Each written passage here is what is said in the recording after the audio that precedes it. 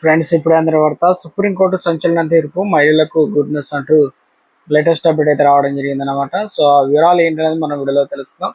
So వీడియోని చివరి చూడండి, అర్థమవుతుంది. మొదటిసారి కనుక ఛానల్ చూస్తే తప్పకుండా సబ్స్క్రైబ్ చేసుకోండి. చూస్తున్నారు కానీ లైక్ చేయడం మర్చిపోతున్నారు అనమాట. సో వెంటనే లైక్ చేయండి. వీడియోకి అయితే వెళ్ళిపోదాం. సహజంలో ఉన్న మహిళలకు సుప్రీంకోర్టు గుడ్ న్యూస్ చెప్పింది అనమాట. వారికి కూడా వివాహిత మహిళలకు వర్తించే సెక్షన్ వర్తిస్తుందని పేర్కొంటూ సంచలనంగా తీర్పు అనేది రిలీజ్ చేసింది.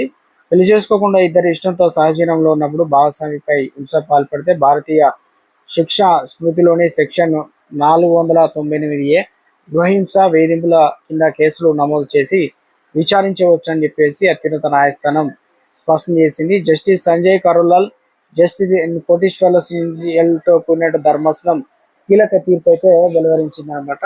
చట్టబద్ధంగా జరిగిన పెళ్లిలకు మాత్రమే ఈ సెక్షన్లు 498A రక్షణ పరిమితం కాదని, పెళ్లిని పోలి ఉండేటువంటి లీవ్ ఇన్ సంబంధాలకు కూడా ఇది వర్తిస్తుందని ధర్మాసనం అయితే తేల్చి చెప్పింది. అయితే ప్రతి లీవ్ ఇన్ సంబంధానికి సెక్షన్ వర్తించదని అత్యున్నత న్యాయస్థానం అయితే స్పష్టం చేసింది. సెక్షన్ 498A కింద చట్టపరమైనటువంటి రక్షణ కోరేటువంటి మహిళలు తమ బంధం వివాహం వంటిదని పరస్పరం పెళ్లి చేసుకోవాలనే స్పష్టమైనటువంటి ఉద్దేశం ఉండిందని ముందుగా నిరూపించాల్సి అయితే ఉంటుందని స్పష్టం చేశారు. తమపైన నమోదైన క్రిమినల్ కేసులు కొట్టివేసేందుకు కర్ణాటక హైకోర్టు నిరాకరించడాన్ని సవాల్ చేస్తూ డాక్టర్ లోకేష్ బిహెచ్ ఇతరులు దాఖలు చేసిన అప్పీలను సుప్రీంకోర్టు కొట్టివేస్తే వ్యాఖ్యలు చేస్తుంది అనమాట. తనకు మొదటి పెళ్లి అయిన విషయం దాచిపెట్టి లోకేష్ తనను రెండో పెళ్లి చేసుకున్నాడని, ఆ తర్వాత ఆయనతో పాటు ఆయన కుటుంబ సభ్యులు అదనపు కట్నం కోసం వేధించారని, అలాగే తనపై భౌతిక దాడికి పాల్పడి నిప్పు పెట్టేందుకు ప్రయత్నించారని బాధితులు ఆరోపించారు.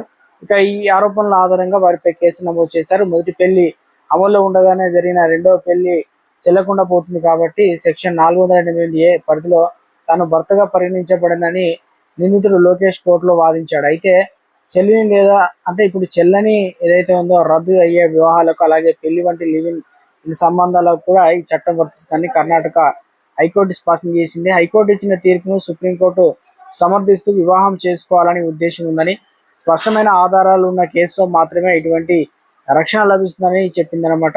సో మహిళలపై జరిగే క్రూరత్వానికి అరికట్టడానికి రాజ్యాంగం కల్పించిన సమాన హక్కును కాపాడడానికి సెక్షన్ 498A రూపుదిద్దుకుంటుందని సుప్రీంకోర్టు వివరించిందనమాట.